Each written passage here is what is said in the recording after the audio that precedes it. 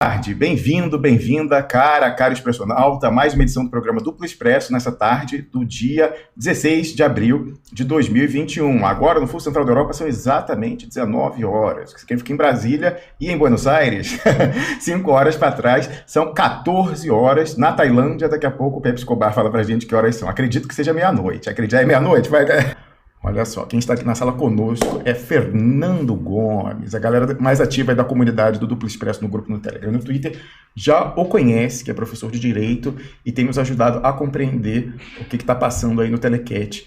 Fernando, bem-vindo ao Duplo Expresso, apresente-se aí para a galera e comente, assim, a gente entra na questão de mérito, né? Na questão de mérito, se você concorda com a avaliação que eu fiz aqui com o Vior, primeiro em off, depois em on, que é bom, ele deu uma, não é contraditório, ele falou, olha, o Alberto Fernandes está em campanha, fazendo uma pressão, aí uma peer pressure, pressão de pares, enquanto jurista e professor de direito, que é para que não reverta, não significa que ele acredite ali, porque o fundamental é entender isso, que não teve anulação do processo, e infelizmente essa confusão, se houvesse, o Vior diz que não há, na interpretação do Alberto Fernandes, se houvesse confusão, ela teria sido alimentada por círculos próximos do presidente Lula, pelo aparato comunicacional do Piguinho Vermelho, o pessoal está vendendo algo que só quem não assistiu o julgamento, em que o Fachin reiterou, dizendo Lula, chefe da organização criminosa e tal, o Barroso fez questão de entrar lá pelo celular para votar, o Barroso do Dallagnol entrou lá no celular, como se na verdade tivesse sido uma absolvição e uma meia-culpa do judiciário. Erramos, tal, que estávamos em devaneio, agora voltamos aqui ao Estado de Direito. Você concorda, primeiramente, que há uma operação de desinformação e você acha que ela é consciente, ou um pessoal que também quer fazer campanha acha que isso é útil, e você, se tivesse capacidade de influenciar, você acha que é útil continuar tocando flauta mágica em vez de falar para a gente, para o pessoal, para a base, qual é a realidade, o diagnóstico, e daí ver o que a gente pode fazer? Mas comece apresentando aí para a galera. Fernando Gomes. Muito bom, Romulo. Você está me ouvindo? Tudo bem? Perfeitamente. Ótimo, excelente. Bom, muito boa noite para você aí, né? E boa tarde para todos os expressionautas. Eu sou o Fernando Gomes, um integrante novato, mais ou menos. Eu já acompanho já há algum tempo, mas assim, com uma contribuição mais estreita, né? Que a gente tem tido uma interlocução. Aliás, esse é o nosso primeiro papo ao vivo, né? Assim, é um primeiro série de coisas. A gente É tem verdade, tinha falado tido muito apenas a gente troca troca uns de áudios áudios. pelo Telegram. Isso, exatamente. Primeiro lá pelo Twitter, depois pelo Telegram. Pois é, então, eu acho que você me apresentou adequadamente. Eu sou um professor de Direito Constitucional e de Direito Administrativo, que tenho acompanhado aí essas questões com bastante afinco, e eu acho que posso contribuir de alguma forma para,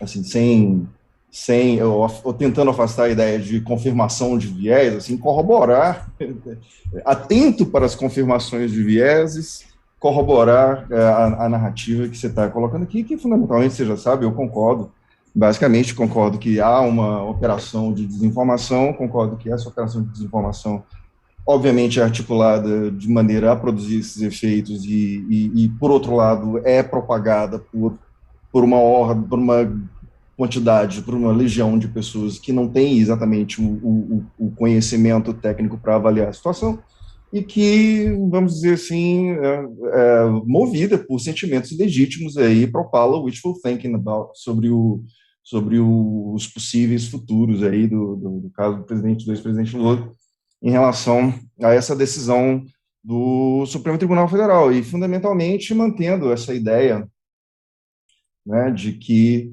é possível esperar alguma coisa de lá. Eu não sei qual foi a parte lá do com o Supremo com tudo que o pessoal esqueceu. Eu, sinceramente, fico me perguntando, né? E aí fica um pouco difícil acreditar que essa encenação tanto grotesca, né? Vamos pensar aí no voto ontem do... Você estava ligado em outra coisa, teve dificuldades para voltar para a realidade aqui, estava observando o processo lá na Argentina, com a nossa querida Cristina Fernandes Kirchner, e ficou com dificuldade de voltar para cá e encontrar, e eu tive que enfrentar aqui, meio mesmerizado, o voto do Cássio Nunes, aquela coisa assim, completamente fora do esquadro. Mas é isso, acho que estamos aí diante de uma situação que reclama algo distinto daquela comemoração que foi plantada, nós sabemos, né, ontem naquela notinha que depois até apagaram o tweet lá. Eu mostro aqui daqui a pouco. Vamos de trás para frente, vou colocar aqui na tela. Sim. Quero saber se você concorda, discorda e em que parte aqui especificamente eu tenho algo a acrescentar. O seguinte, ó.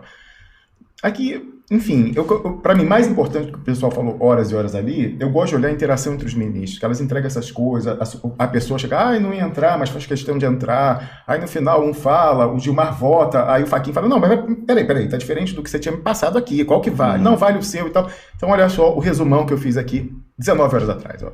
Eu também fico muito mais atento na encenação hoje em dia, o jogo de cena, o mise-en-scène também tá...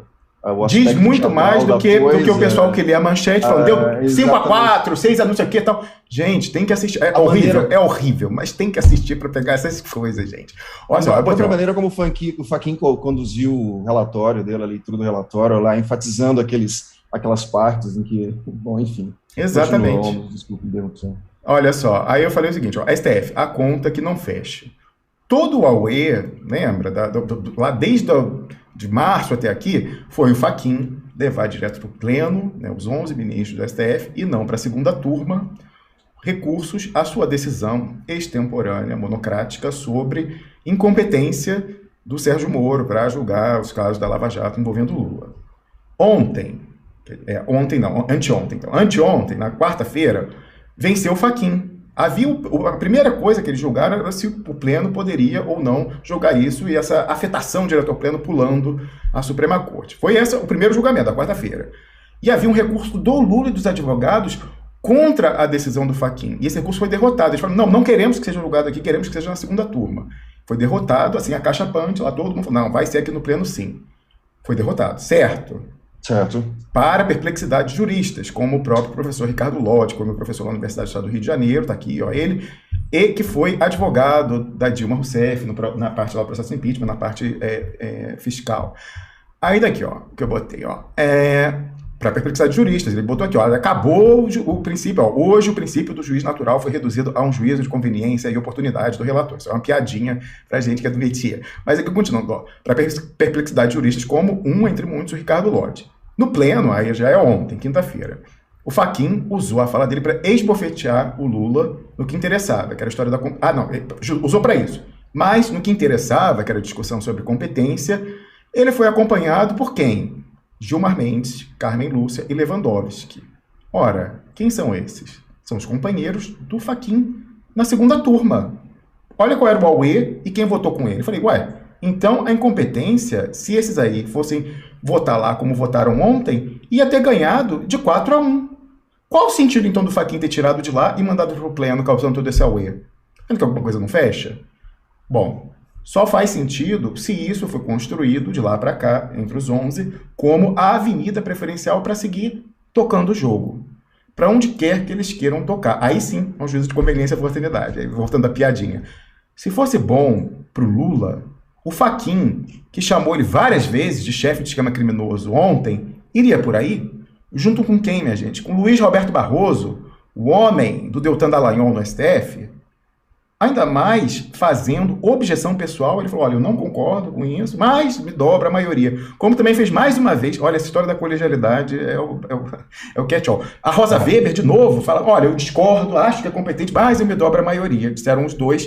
Eu não sei, me escapou, Fernando, depois de repente você lembra. Se mais alguém fez essa história do colegialidade, mas por quê?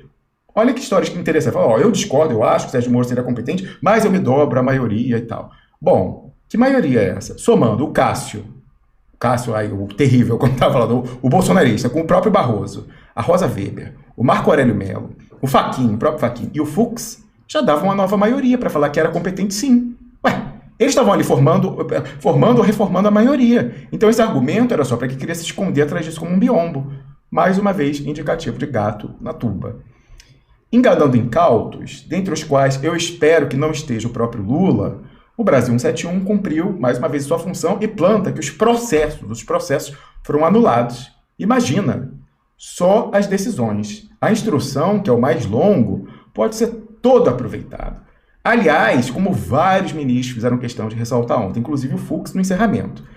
Só resta saber com quem cai esse processo agora. É Brasília, surgiu a história lá de São Paulo, com o Carequinha lá de São Paulo, tal, etc e tal. No mais, o show continua na semana que vem, quando o Pleno aborda a suspeição do Sérgio Moro. O Pleno declarando-se incompetente, que aí, pelo que eu vi, do pessoal que ouviu com atenção os pronunciamentos ao longo dessa semana, parece que é o que vai prevalecer, então fica na segunda turma, ou então, numa hipótese mais remota, se declarando competente para rever a decisão da segunda turma, mas ratificando a mesma, que são os melhores cenários possíveis, só cai o processo do triplex. Sobram o sítio e o instituto, que são, inclusive, mais problemáticos. No pior cenário, que o pessoal aqui acha que é bastante improvável, revertendo-se a suspeição, vai ser constrangedor resgatar certos prints de ontem com "Viva a Justiça do Brasil", dia histórico, resgatada a credibilidade do judiciário, num pessoal que finge, que esqueceu, Fernando, lá com o Supremo com tudo, do Jucá.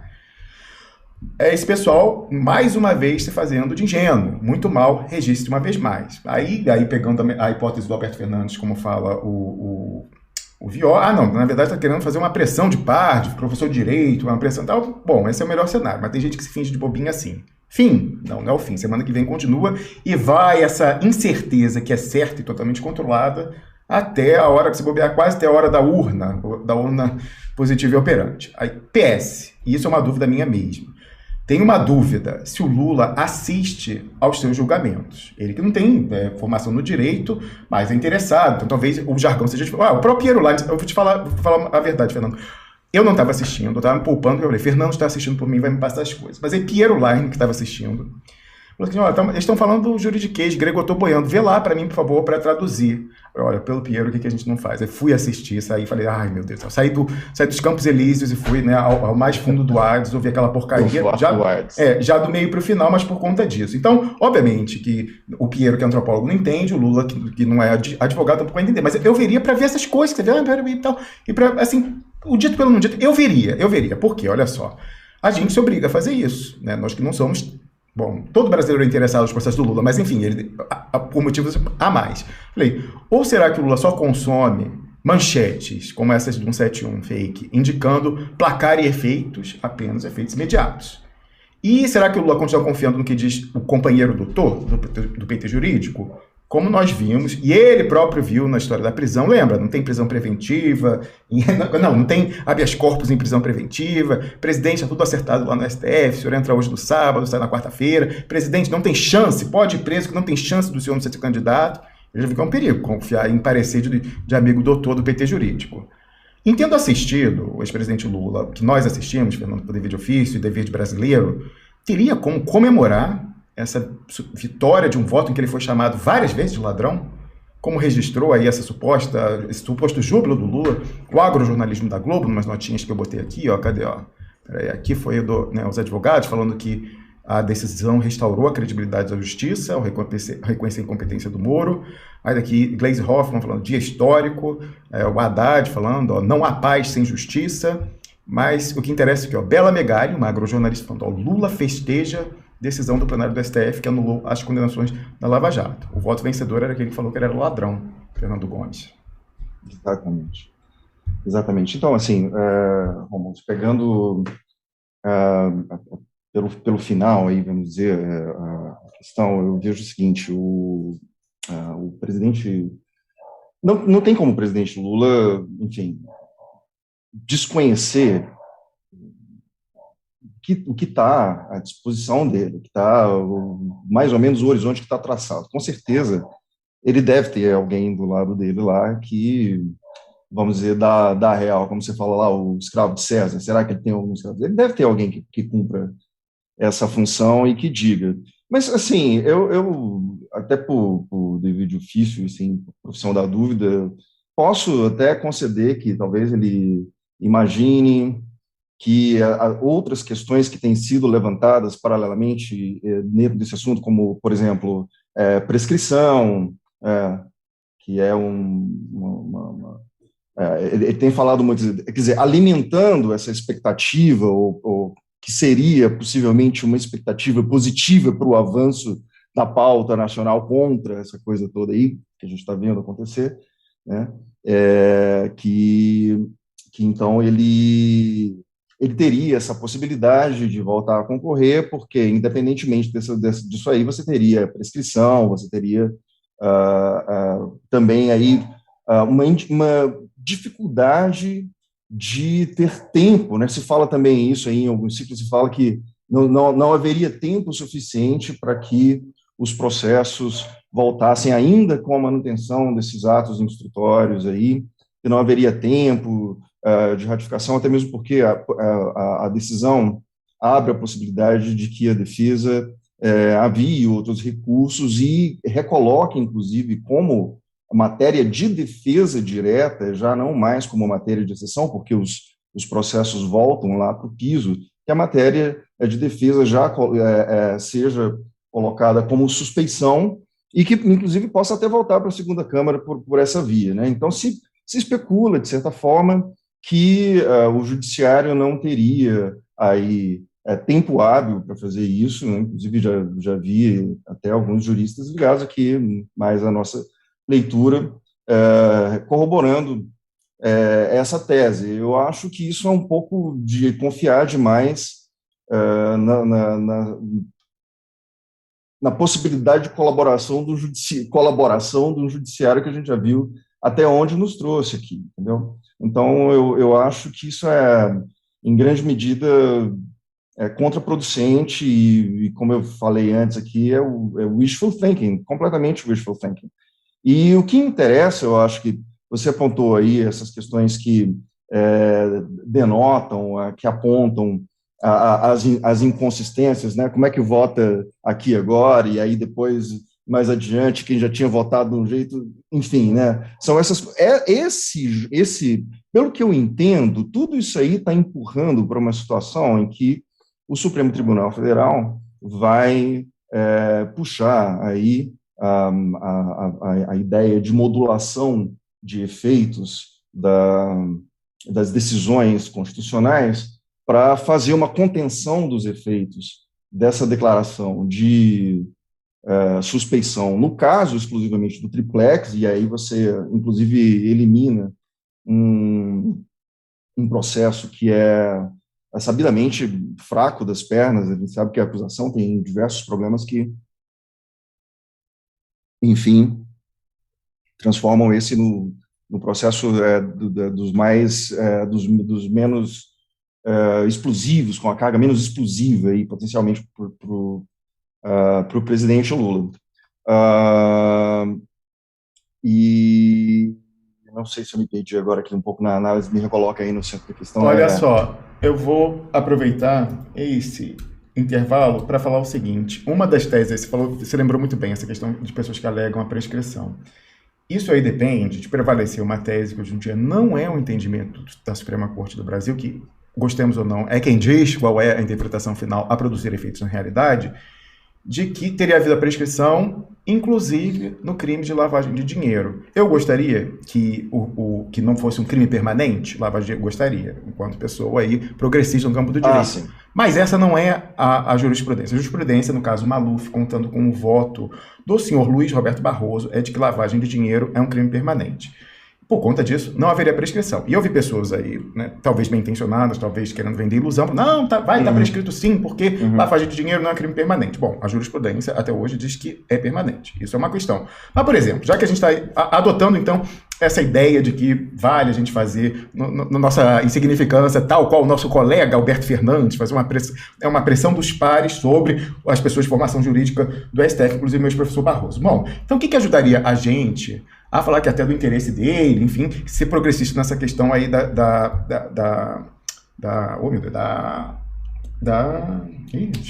fugiu agora, da prescrição da lavagem de dinheiro. Olha só, bom, então vou pedir aí que o pessoal do prerrogativas, PT, aí, advogados e tal, e o próprio ex-presidente Lula retweetem algo que eles até aqui não entenderam bem retweetar. Um artigo que eu publiquei sem muita pretensão, mas que levou ao derrubar do nosso site. Eu vou botar aqui, ó, Barroso, Banestado, lá no duploexpresso.com. Estou ajudando ele já fazendo como é que faz a busca, olha só.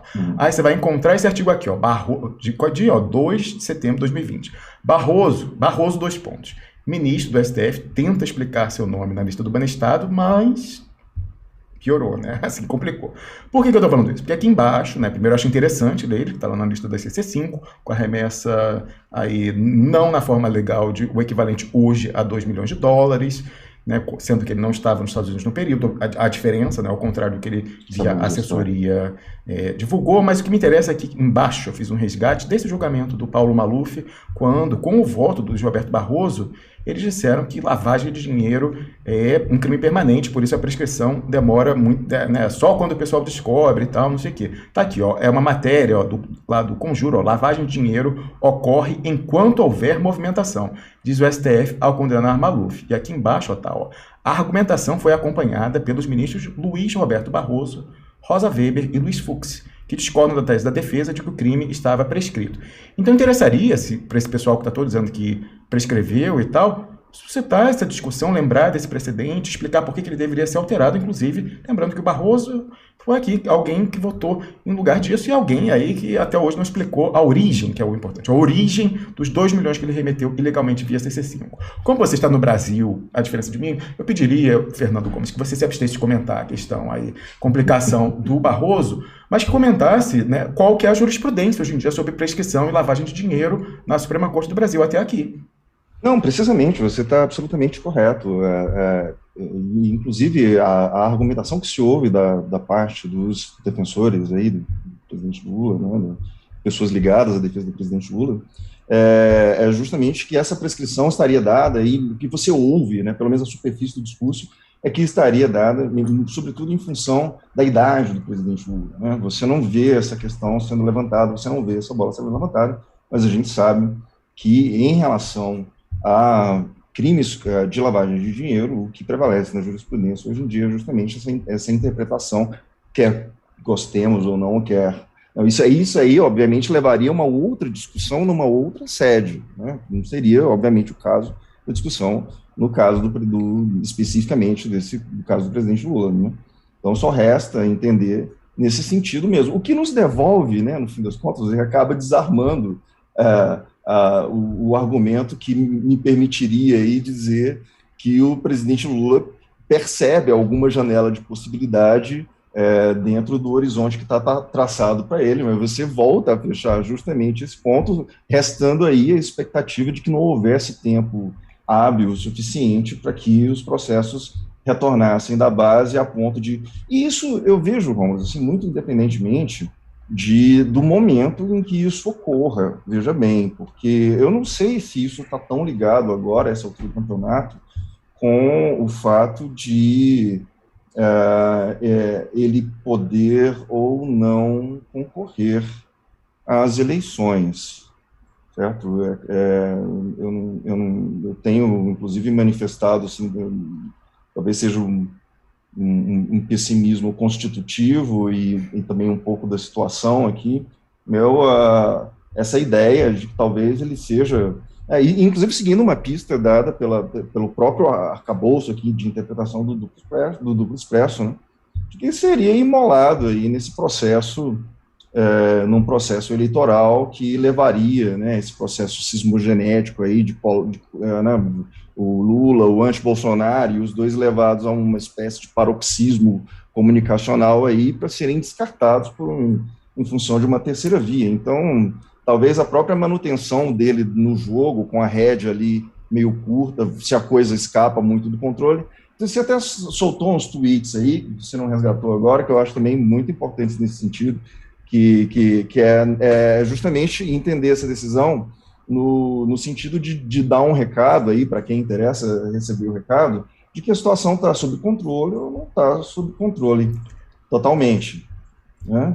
Exatamente, então... essa era uma hipótese que eu tinha levantado na última sexta-feira, e Piero Leinen concordou, que era o seguinte: se ele tivesse enterrado de vez Lula como variável no desdobramento político nos próximos meses, significaria que haveria alguma hesitação de que o gênio saísse da garrafa de uma forma incontrolável. Então, o Lula atingisse uma dimensão por essa questão de articulação internacional, como anotou aqui o Bió, vai ter pressão da progressista internacional, não sei o que e tal, e internamente também, aí galvanizando a frustração com a questão aí do desastre humanitário do Brasil e tal, que pudesse fugir do controle. Então, você fala, não, já vamos matar aqui, bater na decolagem, que é para não ter esse risco.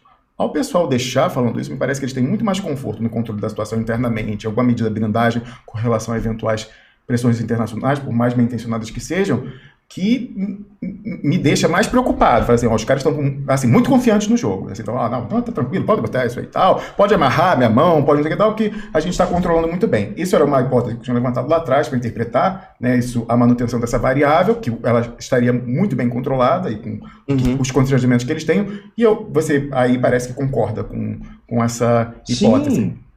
Sim, me parece assim, é porque a essa altura do campeonato, veja, bom, enfim, eu tenho um longo envolvimento com o direito constitucional, assim, desde a minha graduação,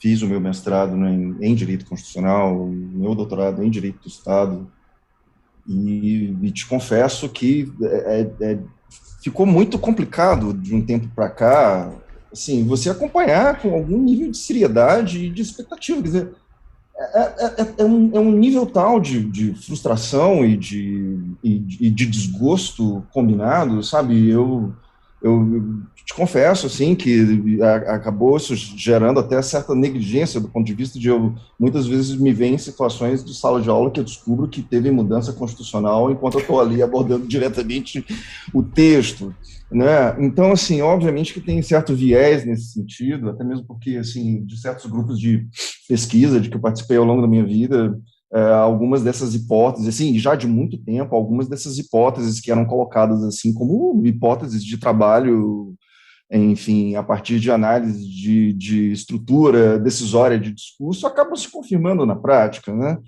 Então, eu tenho muita dificuldade de entrar nessa conversa de, veja como a decisão do ministro Lewandowski foi histórica, e veja como ele esfregou na cara do judiciário e vai entrar para a história porque explicitou desde quando? É mais ou menos como a matéria do Le Monde que você se referiu mais cedo. É uma boa matéria, mas o que diz ali de novidade, de fato? Eu acho que a concatenação da maneira com que ela foi escrita, que os fatos foram colocados, eu acho que isso, né, é interessante, mostra ali uma leitura, e mais ou menos, talvez isso até faça parte de uma estratégia de um longo prazo de redenção do próprio STF como instituição, dizer assim, não, o STF fez a sua meia-culpa. Agora, dizer que isso foi histórico no sentido de resgatar, assim, eu tenho uma séria dificuldade de entender dessa maneira, e tenho também dificuldade de compreender que, dado o nível de comprometimento institucional que a gente tem até agora, qualquer outra decisão do Supremo Tribunal não seja dada em função dessas pressões de fato aí a partir de a gente sabe onde, né, que são esses rabinhos todos entrelaçados e que cada dono sabe mais ou menos onde é que dói e onde é que cutuca. É a tal da docecracia transnacional e a história do rato-rei, né? Um rabo embolado com o outro. Olha só que interessante. O Romero, no grupo do Telegram, fez um comentário quando eu coloquei esse resumão que eu li ainda há pouco aqui, você comentou em cima, que é uma hipótese que as pessoas têm que compreender. Eu não descarto, mas ela é o plano Z da finança transnacional. Olha só, Fernando, o Romero botou aqui na tela, ele falou o seguinte, Rômulo, tão inteligente nas suas análises, obrigado, Romero, parece ignorar que Lula e o PT, essa crítica em geral vem do pessoal aí da esquerda mais à esquerda, revolucionário e tal, inclusive, já contei, o meu sogro, falecido recentemente, ele era aí comunista, abrigou pessoas aí perseguidas durante a ditadura, alguém que até terminou sendo assassinado hoje em dia, nome de rua, no Rio de Janeiro, mas ele falava, esse é o pessoal do partidão, o Lula, ele é cria do Golbery, é um pelego e tal, esse pessoal tem essa coisa, né, mas dessa enfim, desconfiança. Ele falou o seguinte, Rômulo parece ignorar que Lula e o PT é o eterno regra 3 da grande burguesia. Se tiver serventia, como em 2002, 2006, 2010 e até em 2014, não esqueça que parte das elites apoiou Dilma até o PT ficar completamente desmoralizado na classe trabalhadora, eles estão no jogo. Se não tiver função na luta de classes, como em 2018, são descartados Lula e PT como laranja chupada. Aí conclui ele. Em 2022, em função da crise social que só aumenta, talvez Lula, seja necessário novamente para fazer o jogo das elites. Mais uma vez eu estou falando, eu acho que isso aqui é o plano Z. Se tiver que ser, vai ser. Agora, é improvável para mim eles manterem Lula como variável, até para alimentar esse tipo de especulação, mostra que a coisa está muito controlada. Se tiver realmente uma coisa assim, no limite, aquele plano de contingência, está tendo uma situação pré-revolucionária no Brasil, acho que eles apelariam para o Lula sim. E, por incrível que pareça, o Lula não é do tipo vingativo, ele não está aí de namoro com o pessoal todo e tal. Ele toparia isso daí, assim, alguma medida, eu acho que até toparia, mas eu acho que não vão precisar, tá como um seguro, mas eu acho que não vão precisar. Você concorda, Fernando? Assim, você segue nessa de que os indicativos da semana que a coisa está muito controlada, muito amarrada, em princípio? Eu queria acreditar de outra forma, Rômulo. Eu queria verdadeiramente ter uma percepção que me levasse, mas assim, de maneira sóbria e levando em consideração o encadeamento de todos os dados que a gente tem visto, é fundamentalmente isso. O presidente Lula refém de um jogo que a gente não entende exato, quer dizer, a gente entende como funciona, mas os pontos de pressão exatos a gente intui, a gente bafeja, que acolá solta, que acolá, mas a gente não entende exatamente como é que funciona por dentro, né? E ele está à mercê. Ele continua à mercê. Eu acho que ontem, inclusive, eu continuei escutando toda a narrativa. Depois que terminou a sessão de julgamento, eu estava escutando pelo órgão de comunicação lá do nosso Porquinho Cor-de-Rosa, e continuei escutando lá, né, as conversas e tudo mais, e um dos participantes da discussão estava, assim, né, que parece que costuma ser um bocado esfuziante, assim, fica, né, entusiasmado com certo, estava muito sóbria e repetindo que não tinha confiança e que achava que devia se esperar esse resultado. E isso fundamentalmente, vamos, ocorre porque o que vai ser decidido agora é o que tem, é o que está atrelado basicamente à pretensão do agravo da defesa do presidente Lula. Tem a ver com a definição dos efeitos da decisão do Fachin. Então, agora Então, o que me leva a acreditar, o que me leva a crer que essa decisão da suspeição, também da segunda turma, sobre a suspeição, vai ficar restrita ao caso do triplex? Porque você tem uma situação de uma antinomia que já está dada, certo? O pleno não vai se declarar, não se declarou, né, competente aí para ser instância revisora da segunda turma. O pleno não é instância revisora. Isso é o mais simples de compreender nesse caso. E você já tem aí uma decisão tomada no caso da suspeição. Essa decisão já foi tomada. Logo, não caberia aí ao pleno reformá-la de maneira nenhuma, não há que se falar nisso aí. Mas os efeitos, veja, e ontem, o que foi que aconteceu? Nós tivemos a manutenção dos termos do voto do Fachin, e nos termos do voto do Fachin há a perda do objeto. Por que a questão da perda do objeto acabou não sendo, e a questão da suspeição não foi colocada ontem? Porque justamente ela está mais atinente a essa segunda parte da decisão. O que se definiu foi o Supremo, o Pleno não tem competência, para decidir a revisão, né, da segunda turma, e nesse caso o agravo lá da PGR, né, caiu e foi mantida a decisão do Fachin. Agora a questão é em que termos essa decisão vai ser mantida. É essa segunda parte aí que a gente vai ver o desdobramento agora, e que, no meu entendimento, justamente, aí eu volto ao ponto, justamente porque nós fomos levados a uma situação de antinomia. a decisão da segunda turma foi tomada. Como essa decisão de incompetência foi tomada muito extemporaneamente, você falou logo no começo da sua primeira fala ali, dessa extemporaneidade, o que nos leva, inclusive, a supor, né, quais teriam sido as razões de se tirar esse troço da... Se bem que tem lá a hipótese de salvar, né, o Moro da suspeição. Não sei em que medida isso se sustenta ainda agora, mas não sei se foi hipótese nossa aqui de trabalho, de que teria sido tirado da cartola isso aí para tentar afastar o Moro, né? Afastar a suspeição, a questão que não foi possível. A gente, todo mundo sabe, aí a decisão da suspeição foi atravessada e foi tomada. Então, agora, você tem a seguinte situação. Tanto a decisão do Fachin foi mantida, quanto a decisão da segunda turma vai ser mantida da mesma forma com relação à suspeição, porque não é uma instância revisora. Vai restar o quê nisso aí tudo, para simplificar e para tentar aproximar aí os personal que não tem o domínio do juridiquês da coisa. Vai gerar uma situação em que você vai ter que definir até onde vai a decisão de suspeição e até onde vai a decisão da incompetência.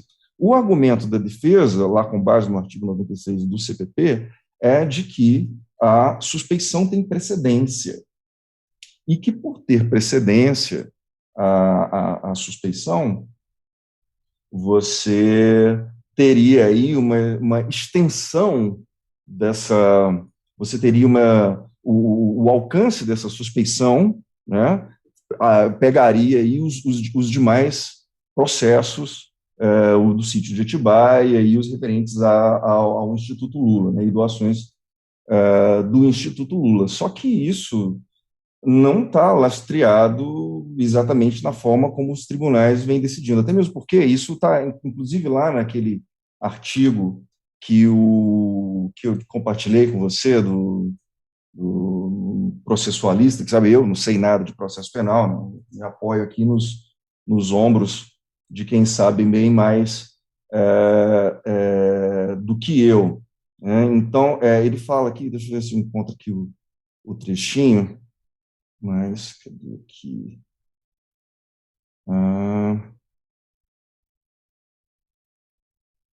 Olha só. Ele fala o seguinte, que fosse contido no artigo 96, que a parte deverá abranger a exceção de suspeição, né, que é o que diz o 96, né, que a suspeição ela vem antes de qualquer outra, com matéria de exceção ela vem antes de qualquer outra. Mas ele argumenta o seguinte, que essa regra, ela ela esbarra na lógica interna do direito, que é formal, de que a incompetência do juízo é que deve preceder qualquer decisão do processo, porque ela tem a ver ali com competência jurisdicional. Se o juiz não tem competência jurisdicional, por que razão que ele atuaria no caso? Então, essa é uma regra que tem a tendência de ser afirmada, inclusive em face do problema do acúmulo de processos que sobrecarregam as cortes. Né? Então, você tem aí essa afirmação da prejudicialidade das questões processuais como um fato que possibilita, inclusive, esse desafogamento do judiciário. Então, o que ele coloca que seria a razão dessa precedência? Qual que seria a razão de ser dessa norma, né, da precedência? Seria o fato de que o juiz suspeito estaria impedido de apreciar a sua própria competência, pois se suspeito ele suspeita seria a afirmação de competência dele, né? O suspeito não poderia afirmar ali, por exemplo, que ele é competente. Agora, se ele é incompetente, obviamente, essa regra não teria nenhum efeito, porque se ele se declara incompetente, você não teria que julgar a suspeição antes. O efeito da incompetência seria suficiente para definir isso. Por que o problema se coloca aqui? O problema se coloca, mais uma vez, por conta do momento em que a decisão foi tomada, o momento em que o ministro Edson Fachin resolveu tirar aí da cartola esse problema da incompetência e colocar a julgamento, né? E, obviamente, o resultado que se obteve a partir disso aí. Porque não tivesse sido assim, é pacífico o entendimento. Agora, da forma que a coisa tomou, da maneira que a coisa foi colocada, você tem aí, obviamente, um prejuízo para um prejuízo para a defesa, certo? Muito evidente, porque a decisão da incompetência, tendo essa precedência lógica aí, que se confirma na jurisprudência dos tribunais superiores, ela teria o efeito de manter os atos processuais e extinguir tão somente aqueles de natureza decisória, o que obviamente não é interessante para a defesa, sobretudo a essa altura do campeonato. E então é desse quadro aí que eu extraio a minha leitura, que deve entrar em cena, muito possivelmente entrar em cena aí, a figura da modulação de efeitos. Vai se falar em algum momento, acredito, que em algum momento aí desse troço vai ser levantado isso, vai se falar em modulação de efeitos para a gente poder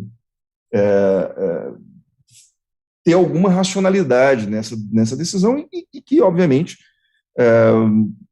vai corroborar justamente o quadro que a gente está desenhando aqui em relação a essa situação.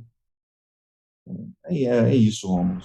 Exatamente. Olha só, eu separei aqui, para o pessoal ver em casa, alguns trechinhos. Eu fiz a anotação de uma meia dúzia na postagem que eu fiz, quando eu fiquei que nem o Pepe Escobar, completamente grudado, assistindo, mesmerizado, Cristina Kirchner fazer algo que é impensável na realidade brasileira. Mas eu acho que, enfim, eu fazer a citação escrita, tradução e adaptação para a realidade brasileira, não tem o poder de você ver, mais uma vez, né, o gestual, a emoção dela falando ali. Então, da meia dúzia que eu selecionei 3 trechinhos, porque o conteúdo, mas também a forma, são muito impactantes, e com isso eu vou concluir a nossa transmissão daqui a mais um pouquinho. E eu também separei o recortezinho aqui de 2 minutos, que é a tendência dela do peronismo, a Câmpora fez comemorando essa vitória, que é assim, né, sensacional, e várias pessoas tiveram a mesma reação que eu, ficaram muito emocionadas, algumas até choraram vendo esse vídeo aqui, enfim, não vou falar, senão o pessoal vai ficar irritado comigo, mas enfim, eu queria dizer o seguinte, olha só, então eu vou só colocar aqui essas questões que certamente você, Fernando, como eu também, vê, né, o que acontece lá, o que acontece no Brasil, tão próximos os povos, as realidades de espoliação pelo imperialismo, mas também tão próxima a questão do ataque do imperialismo usando o judiciário, né, no lawfare, né, a questão geopolítica, mas ao mesmo tempo tão distante, né, a resposta, o que você pode, mas aí, né, eu concordo com o Vera falando, não, mas a correlação de forças aqui é diferente, né, a gente viu a reação, a Lava Jato da Lava Jato, teve a questão de inteligência do peronismo, pegar lá o caso da Lécio, né, o simétrico, parte da organização lá do Dario Messi, mas teve uma célula do judiciário, não sabemos a sua extensão, mas lá o juiz Ramos Padilla, que foi atrás do Sérgio Moro da Argentina, o Bonadío, o Dallagnol da Argentina, Stornelli, todos esses, a Cristina cita lá o Stornelli, o Bonadío na fala dela lá nos 40 e poucos minutos. Então, houve uma reação de um setor, e o Viol já explicou isso aqui, quando eu pedi para ele, falou, é um setor nacional, é uma oligarquia, é uma elite. Ele falava que o Brasil tem elite, mas era uma oligarquia, não era uma pessoa aí, obreira e tal, mas era uma oligarquia que tem um senso de nacionalidade, de preservação nacional, e aí o peronismo ele se confunde um pouco, as instituições, judiciárias e tal, organizaram aquilo e pegaram e fizeram a Lava Jato da Lava Jato. No caso brasileiro, a Lava Jato, que foi a do Rio de Janeiro, pegando Dario Messer, aí tem a história lá do pagamento. Então, ela foi usada para pendurar, mas ela é usada por agentes antinacionais também, para seguir, enfim. Fica todo mundo ali preso no rato-rei, um pega, segura e tal, não sei o quê. Mas não foi uma reação de salvação nacional de uma célula ali protegendo ainda frente à agressão do imperialismo, a diferença do que aconteceu lá. Então, a gente sabe que as realidades são muito diferentes e tal, mas, enfim, a gente vê o que é, assim, que é...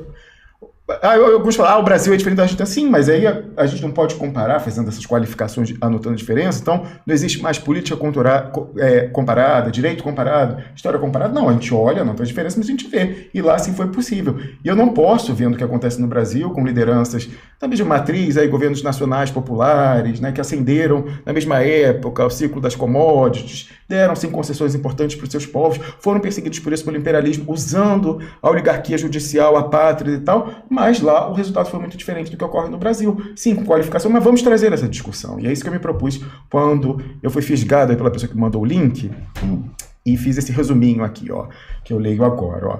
Grelo duro, carajo. Aí uma amiga aqui falou, ai, Rômulo de Maia, não combina com você falar palavrão. Gente, eu não conhecia essa expressão grelo duro. Eu conheci pelos grampos que o Sérgio Moro fez no ex-presidente Lula e divulgou ilegalmente. Lá pelas tantas, o Lula pergunta, cadê as mulheres de grelo duro desse país? Eu nem conhecia essa expressão, mas parece assim, cadê, entendeu? Os homens com culhões, é o equivalente, pessoa brava e tal.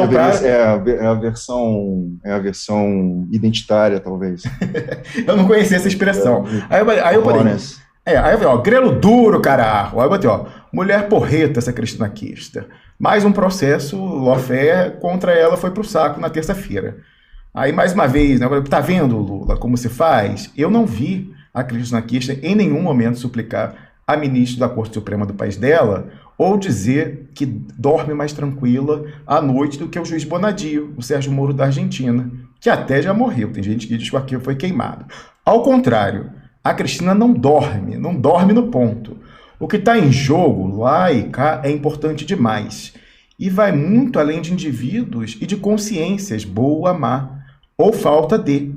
É geopolítica. Olha tudo que a gente conversou com o Pepe Escobar, com o Eduardo Jorge Viola. E parece que a Cristina Kirchner aprendeu a tal lição magna de quem, gente? Da dona Lindu, a mãe do Lula. Lembra que ele sempre fala, porque minha mãe me ensinou a andar de cabeça erguida? Pois é, parece que ela entendeu melhor do que quem, de fato, a conheceu. Grelo duro, carajo. Aí nessa época, quando eu postei isso aqui, eu não tinha visto o vídeo ainda. Aí o amigo aqui, Henrique, marcou, me mandou o link, falou, pô, se você vir isso aqui, a fala dela na audiência um mês atrás vai ficar louco e tal. Eu falei, pô, obrigado e tal. Aí postei pra galera ir ver o vídeo, que eu recomendo. Tá aqui, ó, os trechinhos que eu selecionei, já já a gente vai. Mas eu falei, ó, eu fui ver, aí fiquei que nem o Pepe Escobar, fiquei grudado, assim, atônito vendo aquilo ali, aquele sonho. Aí eu fui fazendo anotações, né? Então, já na abertura, a Cristina Kirchner vai no minuto 16 e fala, ó, vocês aí, juizecos, né, uma expressão, eu não sei se já existia, mas imortalizada pelo Renan Calheiros, quando chamou o blefe, né, acabou com a história do voodoo judicial no final de 2016, ó, vocês, juizecos, ela fala, influenciam a vida dos argentinos, que não se dão conta, até pelo juridiquês, Fernando, e por essa questão não fazer parte tão claramente da crônica política, não se dão conta, os argentinos, que muitas das decisões de vocês, juizecos, impactam definitivamente o bem-estar e a vida deles. Não tem problema não, eu vou usar essa oportunidade aqui, vou explicar bem direitinho. Ela já abre assim, e ela explica como que uma maxi desvalorização do peso dramático, né, feito lá para a economia popular das pessoas, foi possibilitada com a ajuda desses juizecos que estavam querendo julgar ela ali. Aí depois, no minuto 24, como eu falei, que eu fiz uma paráfrase adaptando para os personagens do Brasil, para as pessoas entenderem na sequência. Ela falou o seguinte, ó, pô, peraí, informação privilegiada nos contratos de dólar futuro, quem operou, quem ganhou, inclusive, de uma forma ilegal, foram o ex-presidente Macri e os amigos dele. E esse pessoal aí, nenhum de vocês quis pegar nada. Vocês vieram atrás de mim, que não tem nada com isso. Aí, tentando adaptar, eu falei assim, seria tipo o Lula chegar no STF e falar assim, ó, vocês estão querendo me culpar aqui. E o pessoal que roubou de verdade lá no Banestado, aliás, você está na lista, Barroso. É uma coisa parecida com isso. Aí eu vou dizer, ó, no minuto 27, esse trecho eu separei. Ela fala o seguinte, ó, há um poder econômico oligárquico permanente na Argentina. Esse interesse antinacional, a pátria da sociedade ao imperialismo. Ela fala, antes ele era imposto aqui na Argentina pelas Forças Armadas. Mas agora quem faz isso são vocês, juizecos. E caraca, ela já meteu logo o caráter oligárquico e antinacional das Forças Armadas e do Judiciário na Argentina. Enquanto isso, no Brasil, Ciro Gomes, lembra? Ciro Gomes, o profissionalismo das Forças Armadas e tal. Incrível. Aí depois, no minuto 31, essa eu separei, com a voz embargada, emocionada, ela vira e fala o seguinte, vocês, juizecos, são também culpados pelo que sofreu as situações dramáticas, porque passa o povo argentino ontem e porque passa hoje, eu não podendo dar uma pensão digna aos aposentados. E o que me deixa puta da vida, que eu botei pistola, usou uma expressão lá, é que quem paga não são vocês, é o povo. E ela fica, né, ali visivelmente emocionada. Eu falei, seria algo tipo Lula chegar no STF e falar, ó, a destruição econômica do Brasil, a fome e o desemprego, vocês são sócios. Imagina, né? Aí depois, no minuto 37, ela literalmente, colocando o dedo na cara, ela bota várias vezes o dedo em riste e fala, olha, um perito desse tribunal aqui ministro fulano, que eu falei que é como se fosse o equivalente do Barroso, disse que não houve, na minha administração, prejuízo nenhum ao Banco Central, mas quem está no banco dos réus sou eu. Enquanto isso, quem efetivamente roubou, ou seja, o Macri e o ministro dele, estão vendo jogo de futebol no Catar, o Macri, o outro recompensado dando aula em Colômbia de economia. E você, ministro Barroso da Argentina? Quer dizer, para mim, sensacional.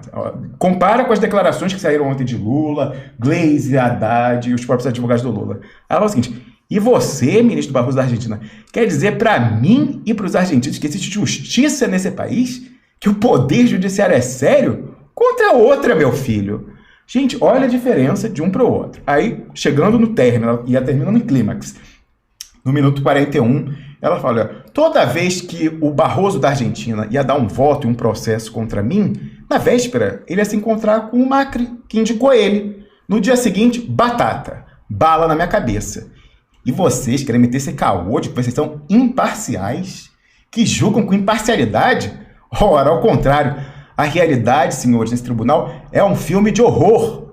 É um espanto, ela fala. Gente, assim, aí para concluir, essa para mim, assim, final, aí eu separei esse trecho aqui, o 44 e 45, ó.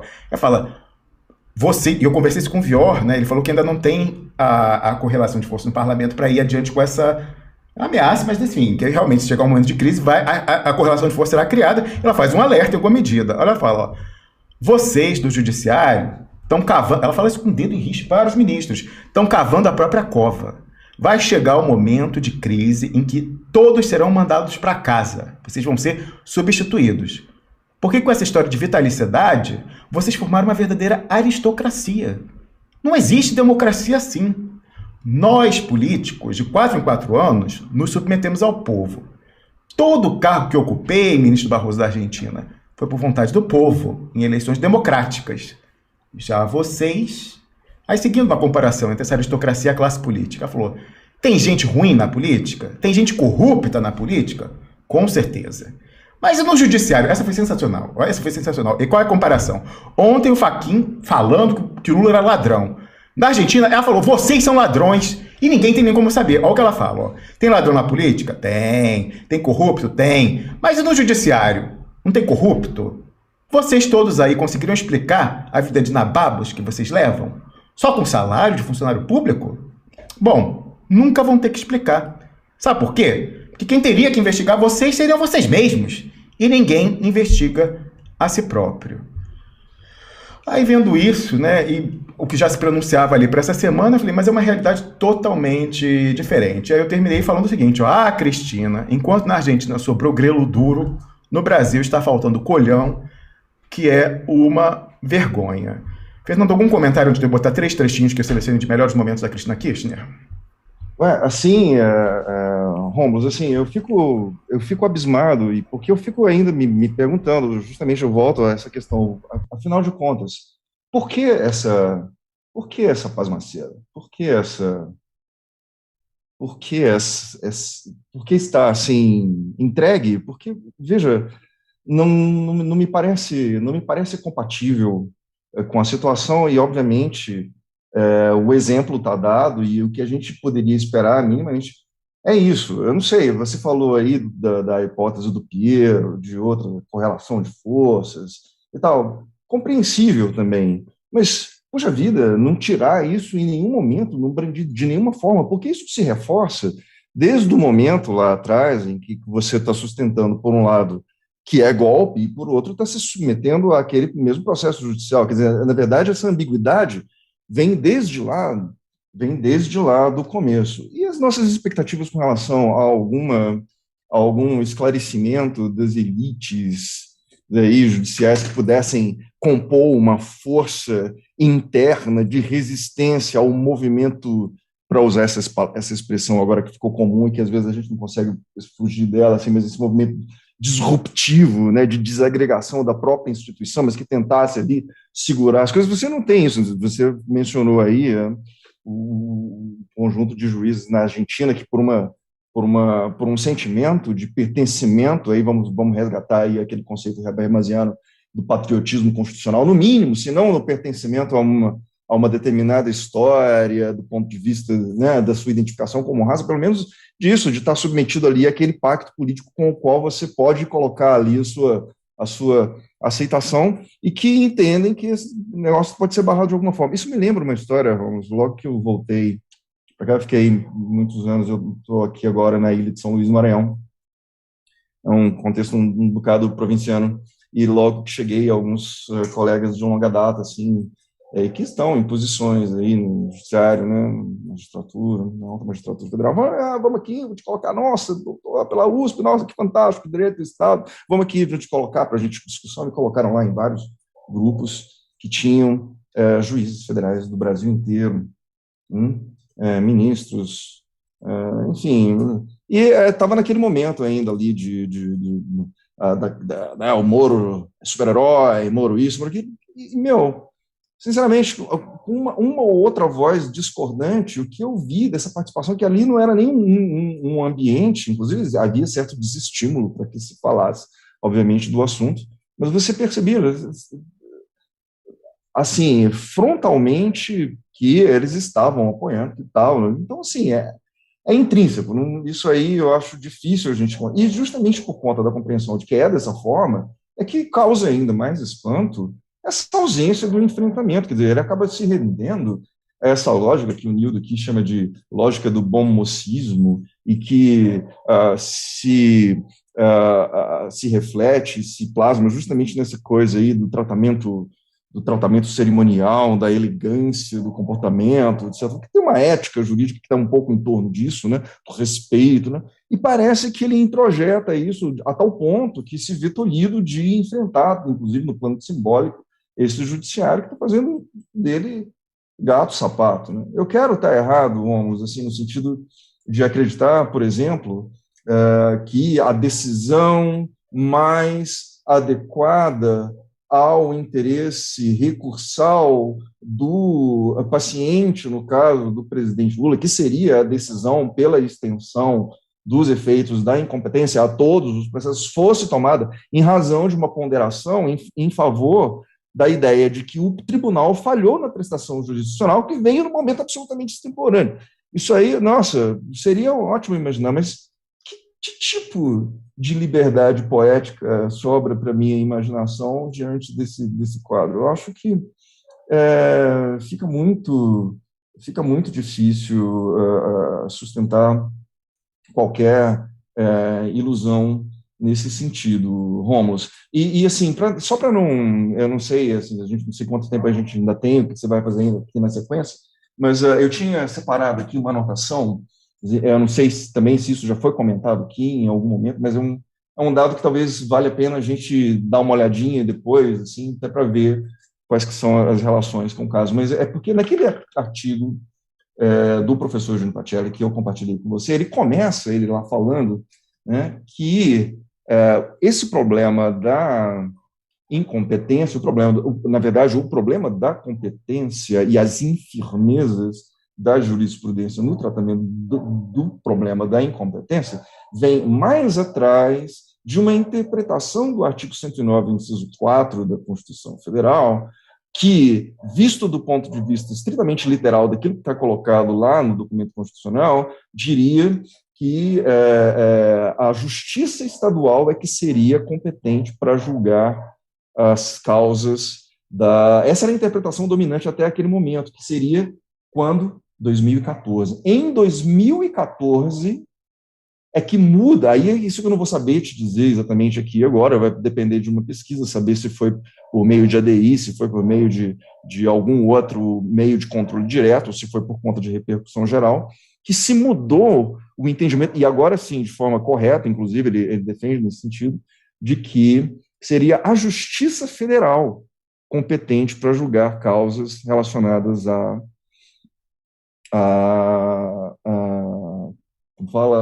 sociedades de economia mista, porque pela dicção do artigo 109, inciso 4, ela alcançaria apenas as empresas públicas, daí as sociedades de economia mista ficaram. E depois de muita pugna, pelo que parece, e aí a gente tem que refazer essa história aí, se chegou a esse entendimento de que aí sim, e aí, isso foi em 2014, é a referência do artigo lá do professor Júnior Pacelli.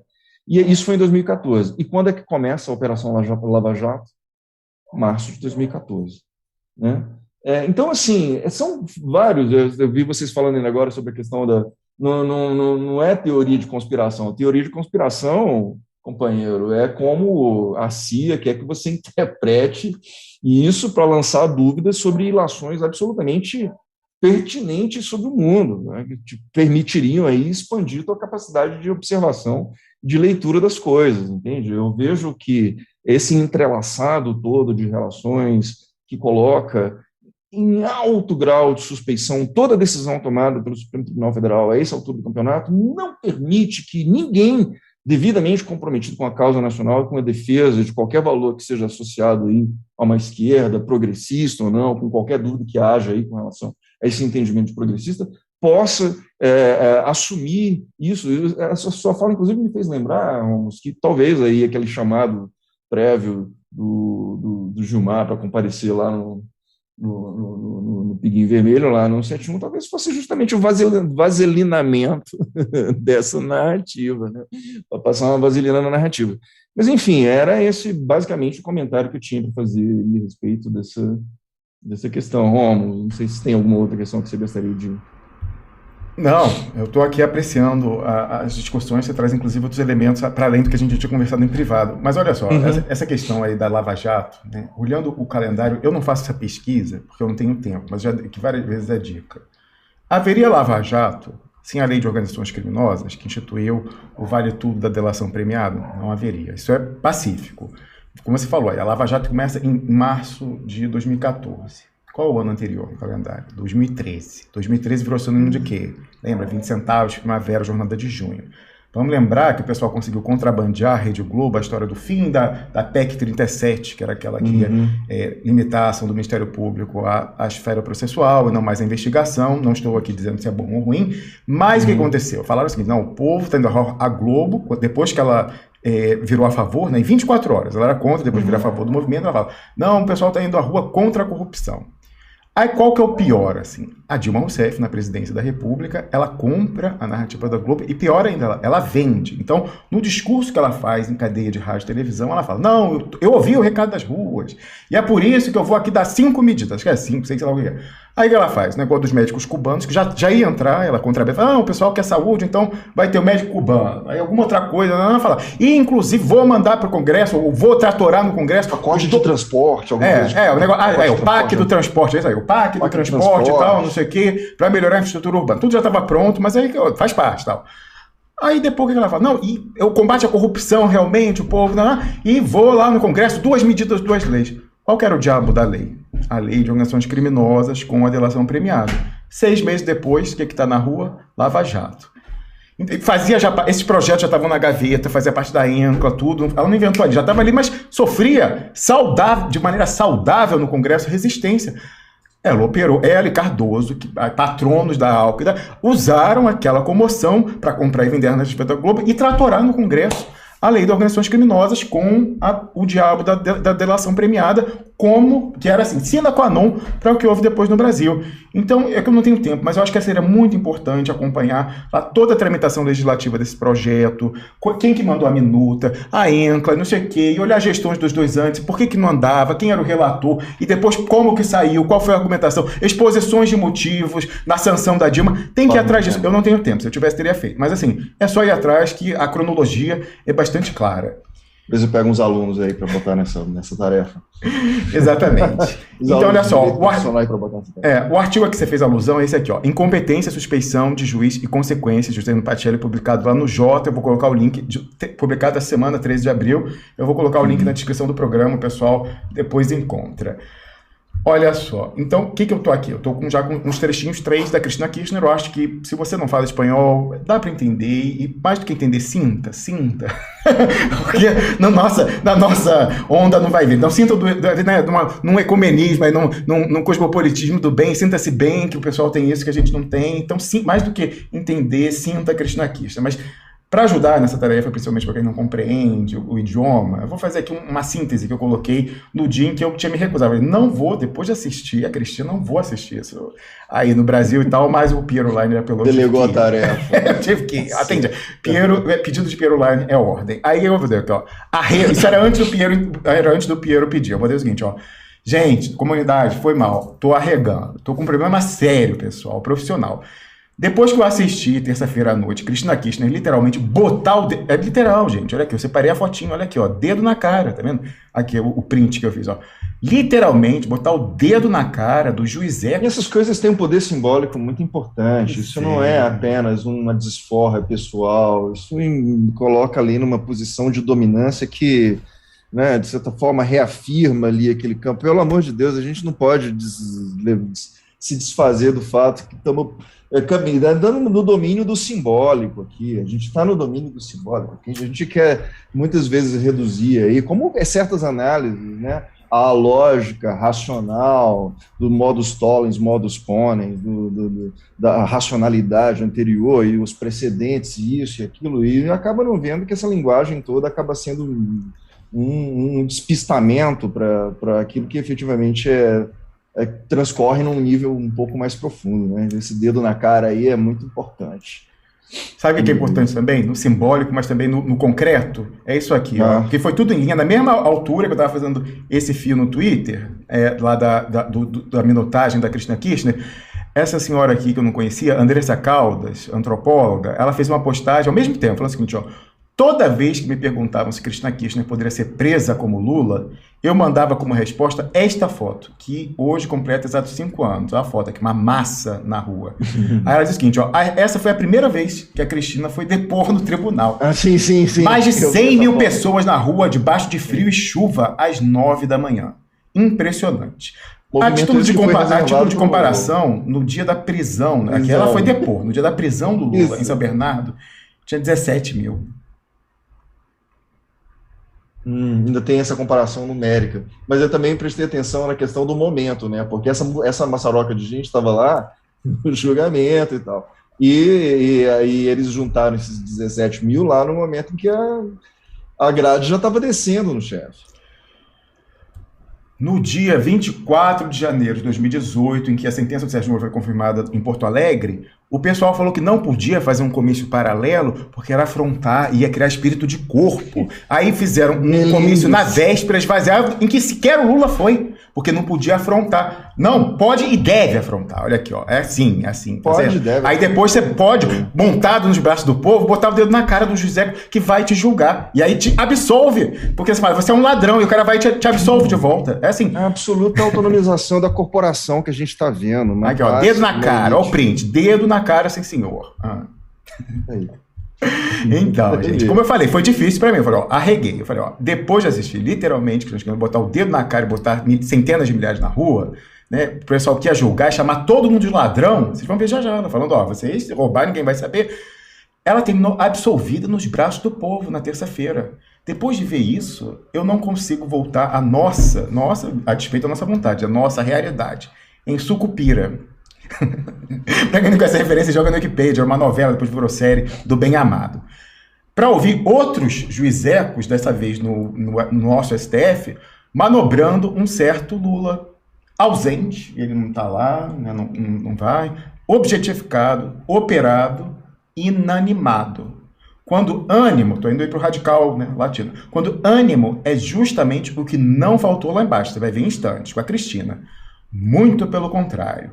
Avançou, sim, segura como sempre. Eu me impressiono com a retórica dessa mulher. Ela fala de improviso, mas depois que você vê, vai parecer que ela estava, né, com a apresentação do PowerPoint para seguir. É uma coisa maravilhosa. Ela vai transversa, ela fala da geopolítica, ela fala da vida dela com o Néstor, ela fala isso aqui e tal, e tudo é encadeado. Assim, exemplo retórico, na atualidade desconheço. Mas enfim, olha, então ela foi, como ela sempre vai, segura. É certo, mais uma vez dispensando o roteiro escrito. Ela estava com uns papeizinhos, mas assim, nem precisou, em cima da mesa. Eu falei, dispensando o roteiro escrito, e por outro, sem data vênia. Não teve, ela estava fazendo um pronunciamento político, apesar de ser advogada de formação, militante, etc, assim como o marido. Mas com a determinação que lembrava a de um animal, mesmo radical, que protege a própria cria. Você via ali como ela estava com aquela agressividade de um animal que está protegendo os próprios filhotes. Aí eu pensei o seguinte, vem cá, será que essa cria que ela aparentava como um animal a proteger era a sua família? Que também foi vítima do lawfare? E ela narra ali, eu estava numa circunstância no aniversário da minha netinha lá em Rio Gallegos, e aí a minha nora, esposa do meu filho, virou para mim e falou, sogra, vem cá, eu vi aí no noticiário que vai ter uma nova fase da Lava Jato Argentina e que vão atrás de você. Pelo amor de Deus, eu tô aqui com as criancinhas, os coleguinhas, tem chance da polícia dar uma batida aqui? E ela falou, eu falei, não, querida, claro que não, calma, não é pra tanto. E ela falou, mas você estava mentindo. Eu falei isso para tranquilizar ela, porque podia acontecer sim e tal. Então, assim, ela foi a família. É igual o Lula não teve. Pega o iPad da neta e não devolve. Não, é igualzinho. É ela, é o mestre, é a família. Aí eu perguntei, então qual que era a cria que ela estava ali agressivamente protegendo? Era a sua família? Era, para além dela, a sua pátria? Fazia diferença? Fez diferença? Alguém se identifica, né, para quem viu antes e depois, aí, Argentina versus Brasil, alguém se identificou com a minha crise? Com esse blackout que eu tive aí, momentaneamente na quarta-feira, diante do choque de expectativa, provada possível, lá na Argentina, na véspera, versus a realidade? Aí fala, é a realidade. Mas é uma realidade bem moldada e controlada. Perdão, mas acho que não conseguirei entregar a análise dessa vez. Bom, depois eu consegui, mas enfim. Ficou muito em cima uma coisa da outra. Horas de distância apenas entre lá na Argentina e cá Brasil. O possível feito realidade e o que nunca vai ser, pelo menos não até aqui, quem sabe, né? Há quantos anos, atenção, você que está comigo nessa caminhada desde 2016, há quantos anos eu, Rômulo Maia, não suplico do alto da minha condição de reles, mas isso basta, brasileiro, para que Lula não fuja à sua responsabilidade histórica. E faça pelo Brasil apenas, eu botei em trás porque é muito, um quarto bastava, do que a Cristina Kirchner faz lá, por si, pelos seus, pela sua família, netinha, e a nora que estava com medo da batida, mas também pela Argentina. Nem que numa confusão, pode ser que não seja a motivação maior, mas acaba sendo. Quando ela protege a sua família, protege a sua biografia, a sua obra, o seu grupo político, ela acaba protegendo o interesse nacional da Argentina também. Eu falei, dessa vez, na quarta-feira, uma num dia lá na Argentina, outra no outro dia seguinte, com tudo tão parecido, ao mesmo tempo tão diferente, fica difícil demais encarar toda a dimensão da nossa tragédia coletiva. Então, arreguei mesmo, perdi a maior parte do julgamento, é verdade, perdão. Mas, quem sabe, os juizecos não acabam salvando o dia. Olha que profético, mas porque também sempre é a mesma coisa, né? Ora, não é por isso que roga, suplica, uma vez mais e sempre, o Lula? Vai que certo, todo esse tempo estava ele, e não a Cristina do enfrentamento. Aí você vê, não foi o que foi? Saudamos, maravilha, voltou, Lula com os direitos estabelecidos. Que forma, certo, então isso era o certo. Certo para quê? Certo para quem? Certo até quando? Lembrará a última Cassandra a não sucumbir a um viés cognitivo qualquer. Eu concluí. Cristina. Fernando Gomes, um comentário antes de eu colocar ela, La Jefa, como falou o amigo do Pepe Escobar portenho, Sebastião Tapia.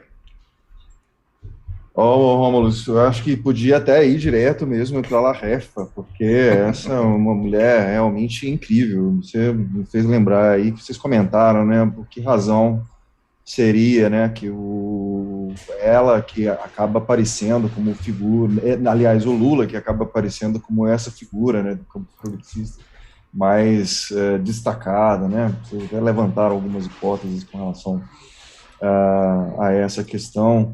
Não, sem querer desmerecer, obviamente, a figura do presidente Lula, eu sempre tenho essa preocupação também, porque ninguém aqui, obviamente, está por essas posições, aliás, muito pelo contrário, né? Isso não significa de jeito nenhum antilulismo, mas assim, tentar compreender isso e também alertar as pessoas para que a gente talvez não possa, aliás, é sempre um bom conselho, não é não colocar todos os ovos na mesma cesta. Então, acho que é uma saudável desconfiança que a gente mantém com relação a isso, mas é uma desconfiança muito subsidiada e que se prova aí de uma maneira muito contrastante nesses comportamentos aí que denotam a forma de tratar. E talvez assim, Rômulo, nem se explicaria por dizer, por exemplo, que a nossa classe aqui seja mais sanguinária, ou mais violenta, ou tenha mais recursos de imobilização, né, do que teria, por exemplo, a juristocracia e os militares na Argentina, né? Aliás, tem sido sempre afirmado aí e lembrado em alguns, inclusive o Alejandro Costa é um que sempre lembra isso, né, que a ditadura no Brasil foi mais branda em vários sentidos do que no resto do continente, inclusive na Argentina, né? Isso se faz, por exemplo, com a comparação, pelo menos oficial, de número de mortos. Óbvio que isso não vai entrar aí na questão do massacre indígena e outras questões, né? Mas, enfim, e é isso. Qual a razão dessa nossa aflição com relação ao nosso querido Lula? E como é que a gente vai poder sair disso? Ainda é a angústia que me consome. E eu acho que a gente vai só poder assistir aí, de certa forma, assim, no que depender, assim, do desenrolar disso que está aí, a gente só vai poder ver eles tocando a bolinha. Eles estão com a bola, eles vão continuar tocando a bola, o campo é dominado, essa ideia de dominação do espectro total aí nunca teve mais confirmada do que nisso tudo, e o resto é ajuste do que já está mais ou menos programado aí, né? Tomara que essa manifestação do Fernandes hoje, ou ontem, na verdade, acabe significando, e a sinalização que o Lula fez também, num certo sentido, aí, dessa unidade progressista, por todas as dúvidas que pairam, a despeito de todas as dúvidas que possam eventualmente pairar em relação a isso. O Viora apresentou aí alguns questionamentos nesse sentido, mas que, enfim, eu só quero deixar consignado, assim, que o meu desgosto e a minha...